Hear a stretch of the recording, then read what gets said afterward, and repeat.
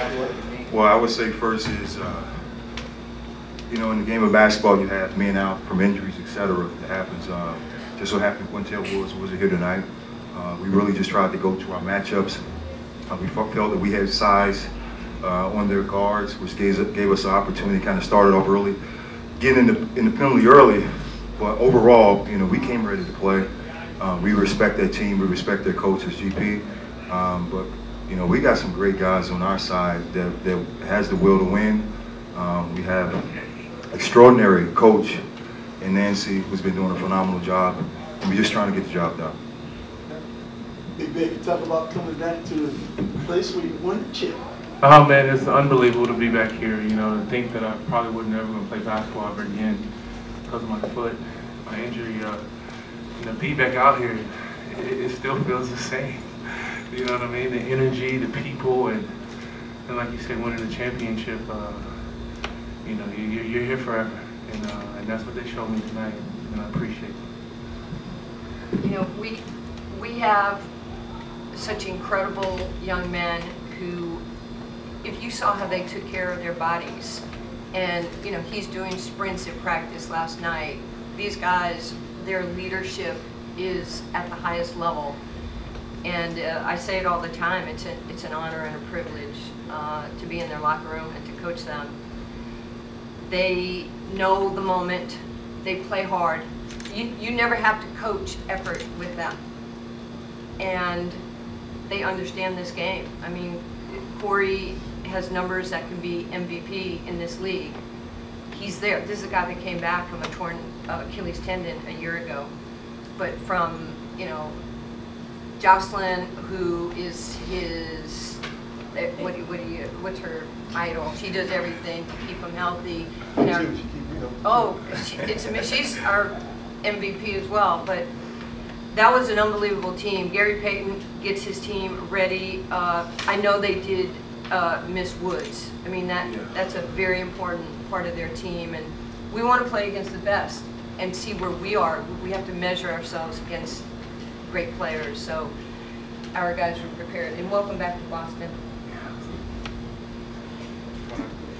So both of the players, what is it like playing for one of the best women in basketball history, Nancy? They never saw me play. we know about Lady Magic. It's on his shoe. Yeah, I was just going to say that. You know, oh, sorry. What I was going to do, what I did was, I mean, I respect everybody on our roster, and even more like our coach. You know what he has done in the game of basketball, being a Hall of Famer. And I just thought it was right. I don't know if you guys have seen my shoes, but it has all of my teammates as well as our coach's name on it, and it just shows, you know, the hard work that everyone has done.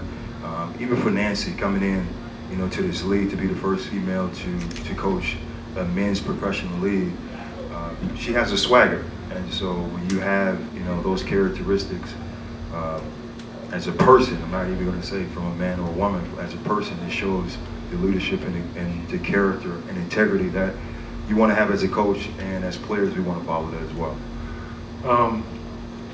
When I first, you know, you can always tell when you look in somebody's eyes. There's a certain intensity, or there's a certain glare.